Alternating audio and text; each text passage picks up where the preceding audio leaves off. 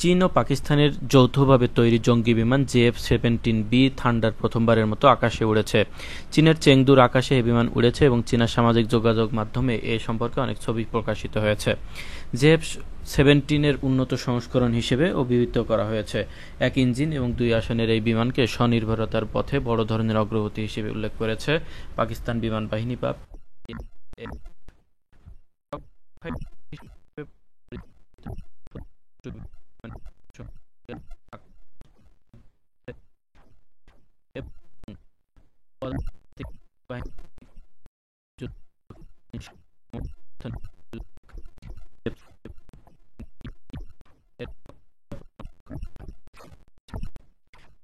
রুশ সংবাদ মাধ্যম স্পুতনিক আরও বলেছে, দৃষ্টিসীমার বাইরে থেকে আক্রমণ চালানোর উপযোগী, আকাশ থেকে আকাশে নিক্ষেপযোগ্য ক্ষেপণাস্ত্র, জাহাজবিধ্বংসী ক্রুজ ক্ষেপণাস্ত্র এবং ভূমিতে আক্রমণ উপযোগী অন্যান্য ক্ষেপণাস্ত্র বহন করতে পারবে। এটি বিমানের $2.5 কোটি থেকে $3.20 কোটি পড়বে এবং বিশ্ব অস্ত্র